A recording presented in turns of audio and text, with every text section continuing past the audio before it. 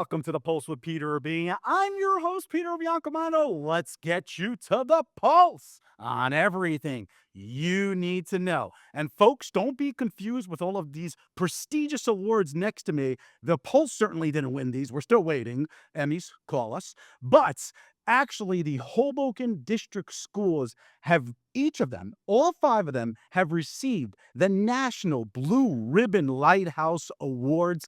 And here to talk about it is the principals in each of these schools. And we're going to start first at the elementary level. And we're joined by the principal over at Brant School, which is Mr. Bartlett. Welcome to the show. Thanks, Peter. How's everything going? Everything's great. Oh, well, I like the drill sergeant mentality. No, I'm kidding around. And Miss Addie from Connor School. Welcome to the Pulse. How Thank are you? you so much. Very well. Thank you so much. Absolutely. And of course, Mr. Shannon from Wallace School. It's great to have you on the program, sir. Thanks, Peter. Absolutely. Well, congratulations to the three of you winning this prestigious award at the elementary level with these awesome trophies and these awesome banner and so on and so forth. So my first question to each of you, and we can go down the line, or if you guys want to tackle it, do a battle royale, we could do that as well. Is now that you've each of your schools have won this award, how do you feel morale in your schools have changed because of this? Mr. Bartlett? Well, I think that this award is it's a really great award for the community to celebrate. Anytime that an outside agency comes into your school district and puts you through an intense and rigorous process to let you know what you're doing well and let you know what you could be doing even better, I think that's kind of galvanized us as principals to continue to do the work that we're doing. We're really proud of the work that we've done in the district for the last decade. And this is just kind of a really great morale booster and validating the vision and the mission that we have to be on this relentless pursuit of excellence. Phenomenal. Is Addie? Yes, absolutely. Just to piggyback on what Mr. Bartlett was saying, we are unbelievably so proud of our teachers, our curriculum, everything that we're doing. And it just kind of like validates what we were already so proud of. It's just amazing in the schools what our students are learning every day, the positive culture in the schools, the curriculum. It's like outstanding. And it just gives it that validation and reaffirmation. Fantastic. Mr. Shen? I agree with both principal. It certainly validates everything that we've been doing in the district, and it has boosted morale incredibly in all of our schools. Yeah, no, I think this also kind of puts the step a little higher for the Hoboken District Schools as well. And we're going to start with you, Mr. Shannon, so you can't piggyback on anybody outside. And that is, obviously the elementary schools are bursting at the seams. Early childhood, I know, is bursting at the seams ever since I was on the board and so on and so forth.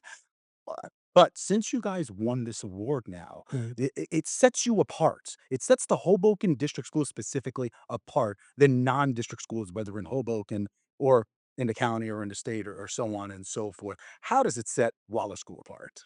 Well, I mean, as Miss Addy said earlier, I mean, it certainly validates the culture of our schools and the curriculum and everything that we've done so far in the district to set us apart from the rest of the schools that you've mentioned. Um, Wallace specifically, I mean, we couldn't be more proud of the awards, and I think that that just it's going to help us move forward to tackle even more obstacles down the road. Absolutely. Thank you so much. Miss Addie, for Connor School, same question. How does it set Connor School apart? Connors has such a, at least from when I grew up in this town, born and raised here, it has such a diversity to it, in my opinion. And, I think like the school spirit is always rah rah there. And now winning this award, can certainly put that over the top. No, absolutely. I couldn't be more proud of Connors. I would say I've been the principal for Connors over the past 6 years, and our growth has been tremendous. I'm always looking at it, everything being so student centered, and there's obviously a student story behind every piece of data. But I'm definitely watching this data, and I'm always looking for our students individually to perform, for us to perform at, like higher at grade levels, and then overall as a school. And we have continued to increase our performance. And I'm so proud of that. And I'm also just so proud of our school culture. It's just amazing. The parent community, the student community, the teacher community, everybody is so together in this tremendous way. Um, and it's just amazing. It's like I feel like I walk in the building and it's happy halls, happy students, and the students are learning a ton. and we just couldn't be more proud. I love that. Absolutely. Mr. Bartlett, what about Brant?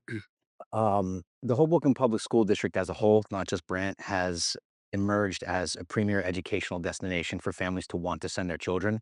For whatever reason folks have to make an educational choice that they feel is best for their child, that's what's great about the process of figuring out where you want your child to go to school.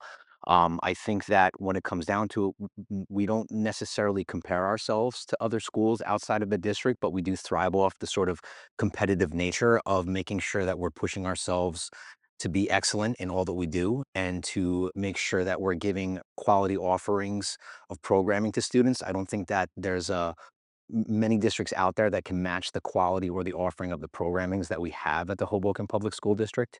And when it comes down to it, I think that my principal colleagues and I at the elementary school level, as well as the middle and the high school level, we really just want to make sure that students, when they enter the threshold and they're entrusted to us in the morning by the parents that entrust them to us, at the end of the day, the mission is to give them back to their parents in the same, if not better condition.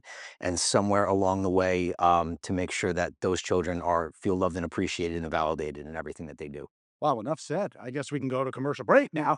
But anyway, Mr. Bartlett, Miss Addie, and Mr. Shannon, thank you so, so much. Principals, of course, of Brant, Connors, and Wallace School at the elementary level. Folks, when we come back after these quick seconds here, we are going to be joined by two Pulse veterans, I feel, like Mr. Sorafine and Miss Picapietra, talking about the middle school and the high school. Congratulations again. Thank you. Job well done. And we hope to see you on a future show. We really do. Thank you. Thank you. Really appreciate it.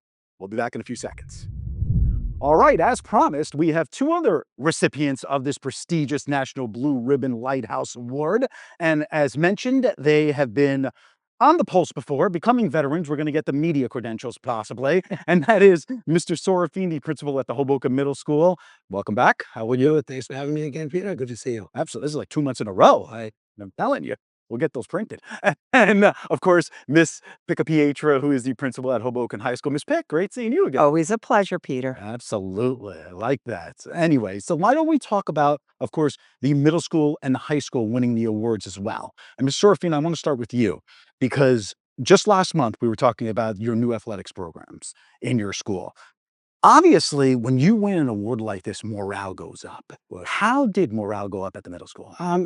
what's unique about this accreditation, it actually included all stakeholders of our community. So surveys through our parents, teachers, students. So I feel like when we win an award like this or get recognized for this, I feel like that morale goes to not just the teachers, not just the students, but to the whole community at large, since they were all involved in the process. So it's been great. We've felt the positivity, receiving emails from parents, students getting excited, talking about it in common planning meetings with teachers. So just overall, just a really feeling of success and pride in our school. Absolutely, absolutely, and to your staff as well. I mean, they're probably all their hard work has paid off, right? Absolutely. Ms. Pietro, we've covered so much at the high school, whether it's the new AP courses and so on and Yeah. so forth.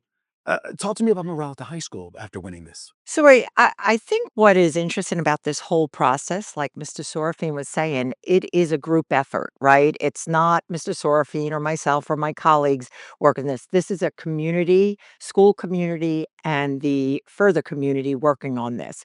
And I think what happens is when you do this, and you win an award like this, it's just so nice to be recognized for the work we're doing every day, right? We didn't change anything. We were doing what we have always done, but we worked as a team and as a group to earn this award, and I was able to bring it home. We were able to bring it home at the end of the day, and I've been displaying mine in every common planning. I put it right on the conference table when we're meeting because it's not just me, it's the entire community. It sits in my main office, not my office, because this is about the entire community earning this recognition. Yeah, absolutely. And my next question, we're going to start with you, Ms. Pick, because at the high school level, certainly school choice is competitive, way more competitive Yep. than at the elementary or the middle school level.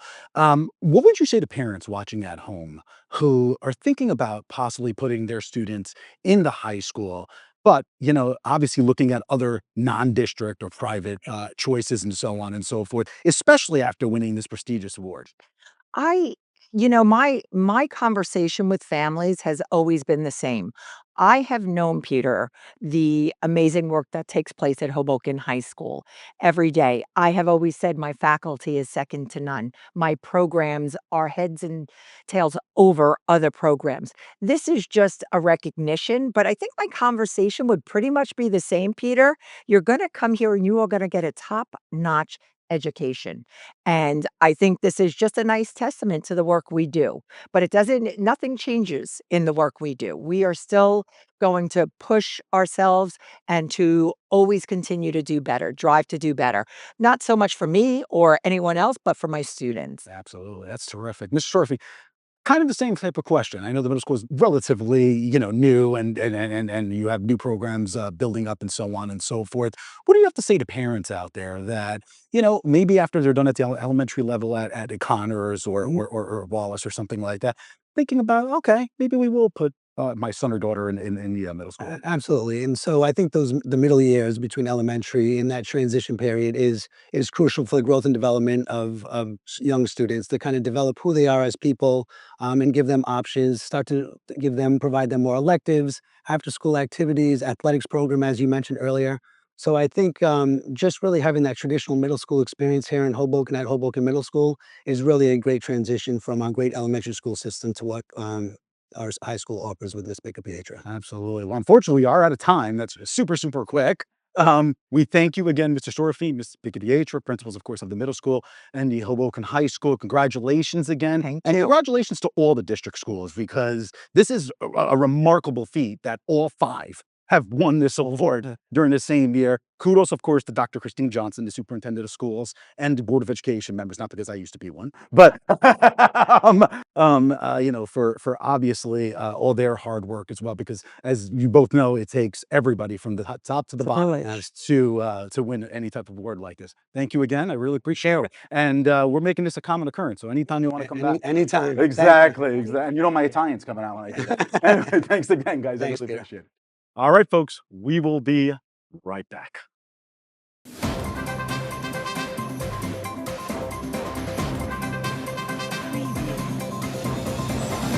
Peter Biancamano, your hostess with the mostest of the Pulse with Peter B. Folks, don't forget to go on our Facebook and our Instagram pages by searching The Pulse with Peter B, and like and follow us on each of those platforms. We're constantly updating those pages with previews of each week's segments and cool stories. Also, if you have any questions, feel free to reach out to our email address at thepulsewithpeterb@gmail.com. Welcome back. I'm your host with the most, Josh Sotomayor Einstein, and this segment of the Pulse without that bum, Peter B. I'm so glad to be joined by my friend and resident leftist lunatic, Frank Rosner. How the hell you doing? I'm all right. How are you, Josh? Well, since the country is headed to being someone that has hands that are awake, I am in a much better mood, and I'd just like to say that we're both wearing apparel from the wonderful Hoboken District Schools, which no way or in any shape endorses either of our politics, my rational politics and his insane politics. Well, you can call me insane if you want, but I am wearing this, and I'm quite proud. We're doing well in Hoboken. We're going to have some educated kids so that Trump can never get elected again, because he can't anyway, because he's a lame duck. He might not even be lame, he's just a duck. So he's not even in office yet, and he's already making waves around the world. For example, again, hasn't assumed the presidency, and he's already told our enemies, the extremists of Hamas, that they better return the hostages or they'll be held to pay. And that's not just a message for Hamas, but it's a message for their benefactor, Iran. Some of those hostages, I think about 4, actually include American citizens, whereas the last 4 years, the Biden administration has been asleep at the wheel.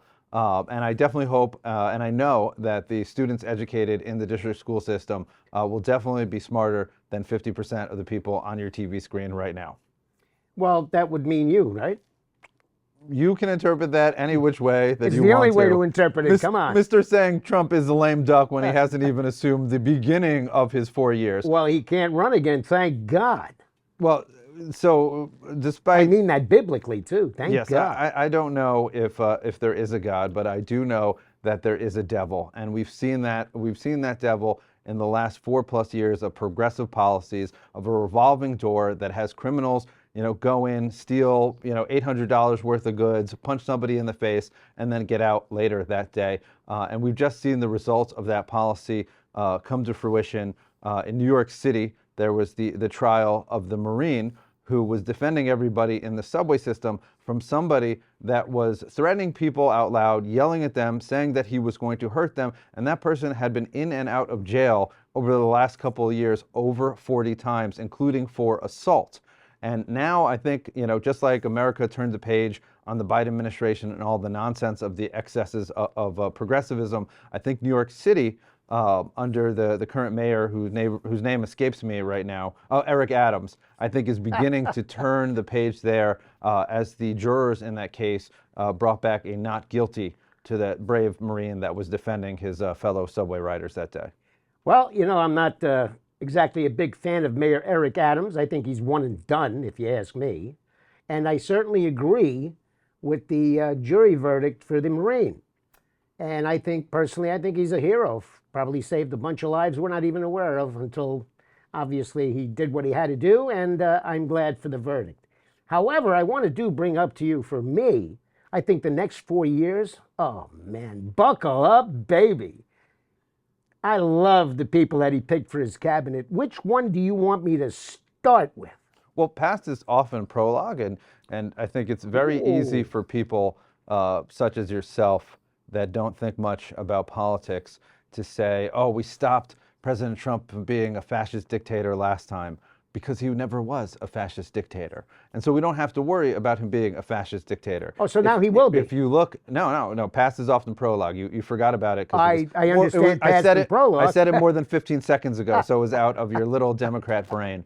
But the thing is, wow, is that we look at the policies of President Trump, what he's proposed going forward, and we look at the policies of what he did in his first administration, and then we mirror those against the policies of, say, President Clinton or the Democratic Party before that. And what we see is there's more overlap in that Venn diagram than there is not overlap. Yeah, there's some new things like the flirting with the possibility of ending birthright citizenship for illegal aliens. That's an interesting and new idea that no party has ever said before, and maybe something that we need to explore as a country, as we are the only country in the world to have 100% birthright citizenship with no exceptions.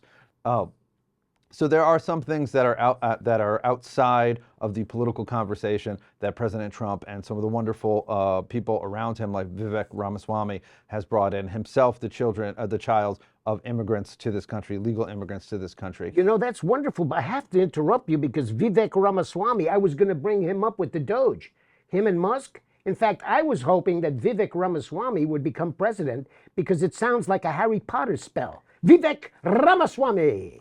Well, everything's fixed. I love humor and I love jokes, and I'll make jokes about. The administration next 4 years is going to be a real joke. I'll make jokes about everybody and anything, including their names, their size, and their looks.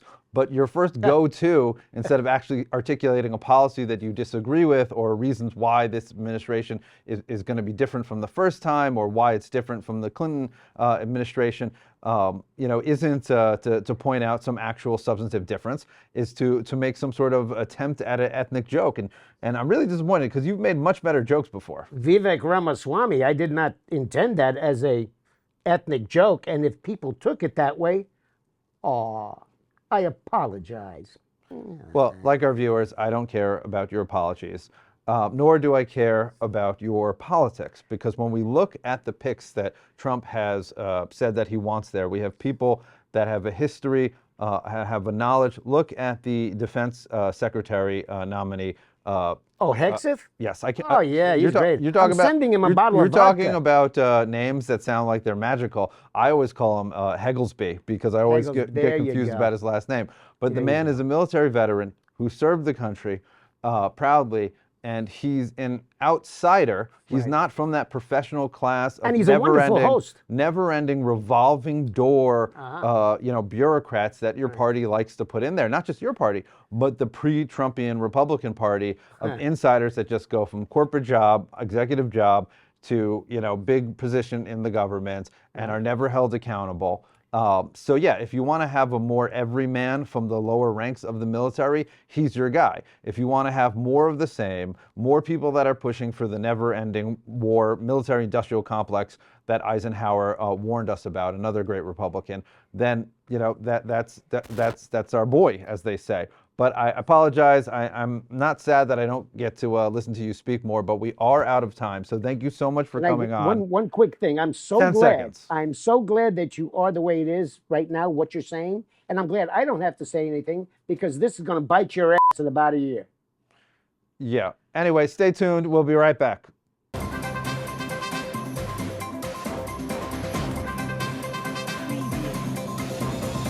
Peter Biancamano back with you. Don't forget to watch us on cable access every Sunday and Monday at 9 a.m. Optimum Channel 18, Files Channel 46, and Comcast Channel 190. Also on Sunday mornings at 9:30 a.m., you can watch our show on our YouTube channel, and you can also binge watch all of our old shows. Who doesn't want to keep watching The Pulse with Peter B? We'll see you there. Welcome back to The Pulse with Peter B. Peter Biancamano back in the host chair, and thank God for that, because Josh's hot air is still all over this chair right now. I mean, poor Frank couldn't even get a word in. Frank, I promise you, we will have you back in the future because, Josh was just, completely radical in the last segment, but different story for a different time. A person who's never radical is the person to my right, and it's been a while here, Bobby, right or wrong? A couple of years? About a year and a half. About a year and a half, and that is my good friend, our guest sports insider, which of course is Bobby Blackjack Guarente. It's great to see you, my man. Fellow Pirate, of course. Exactly. Good to see you. Good to see you. Absolutely. Go Pirates all the time. Seton Hall representing. And that's what I brought you on to talk about. Okay. Because the college basketball season, I almost said baseball, but that's not even close. The college basketball season is in full effect. Yes. I mean, the pre-conference games are pretty much over as of this taping, and we're starting conference play. I do want to talk about our two local teams, and we're going to start with our alma mater, the Seton Hall Pirates. They were very mediocre in non-conference play. Of course, Coach Shaheen Holloway has a brand new team this year. I mean, like pretty almost from top to bottom. Where do you see the Pirates finishing this year? Now, it's been difficult because, like you said, of 13 players on the bench, one's not even a scholarship player. They had 10 new players on this team. So it's very hard to meld 10 new players with 3 existing ones. Then there was some inner turmoil, which I'm not going to bring up on the show right now. But, when you have 10 new players, you're going to start bad. But, they played pretty well down in Charleston for the holiday tournament where they came in 3rd place. They beat a pretty good, I believe, FAU team. FCU. VCU, correct, yeah. Right? Now, this past Sunday, I was there in attendance at the Prudential Center. They played Oklahoma State. They got their doors blown off the first half. Right. People were starting to leave. They're booing. The crowd was restless. All of a sudden, in the second half, like the light turned on, and you saw them play a lot better. Guys like Scotty Middleton, Gus Yeldon, who's going to be a fantastic player, by the way, when he gets older. Guys like that who have a pedigree coming together and now starting to play well. So right now we're 5-5. I believe fellow Pirate alum Jerry Carino from the Star Ledger, I believe. Star Ledger or NJ.com or Asbury Park Press, right. Jerry, we love you. We just don't remember where you work. I think he predicted beginning of the season that we're going to be a late running team, meaning that second half of the season, once everybody gels and finds their roles on this team under Coach Holloway, he sees us being like a 17-14 type team, 17-16 type team, and probably winning like an NIT again. I was going to say, well, is that enough to go to the NIT? Yeah, as long as you're 500 or above, you're fine. All right. So he sees us doing that, and I'm starting to see that come to fruition now. Now, very quickly, I'm going to interrupt you there. So Seton Hall's not really expected to do much this season. No. But the other top New Jersey team, Rutgers, they're certainly, they were in the top 25 in non-conference play and so on and so forth. Where do you expect Rutgers to go towards the end of the season? Rutgers is 5-4 right now. They have a 3-game losing streak. So I see Rutgers, they have 2 heralded freshmen, Ace Bailey, Dylan Harper. By the way, I had Dylan Harper on my sports network 3 times last year. I think he's a little soft.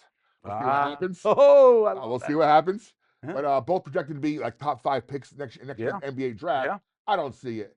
Again, they're 5-4. They should be better than that. They got blown out by Ohio State previously.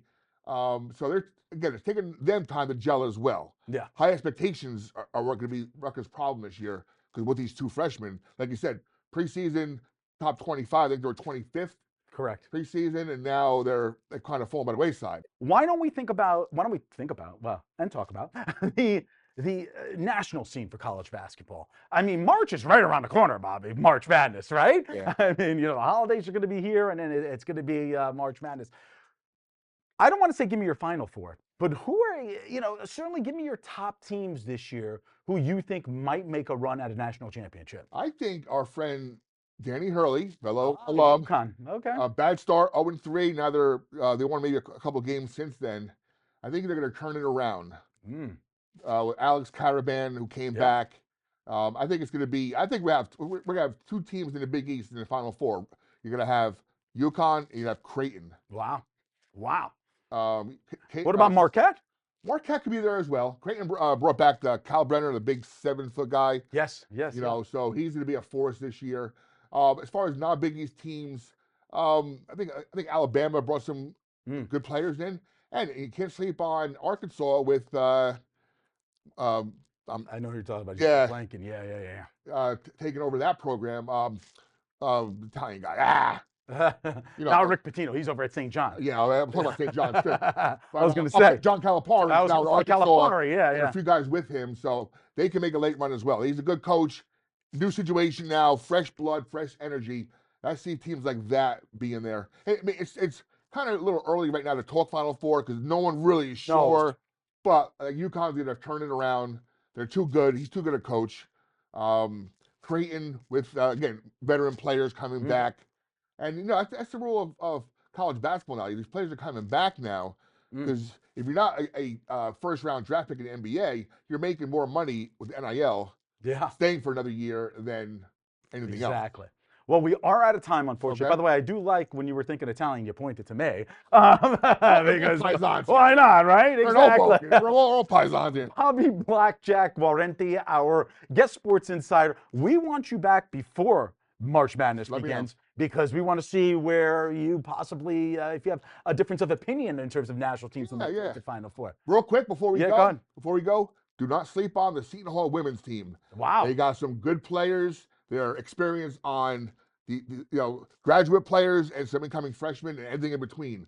Don't sleep on the women Pirates. I really, really appreciate it. Bobby, great to see you again. Thank you. Really is. Thank you. All right, folks, join us next week for The Pulse on everything you need to know. I'm Peter Biancamano. I hope you have a great week, everybody.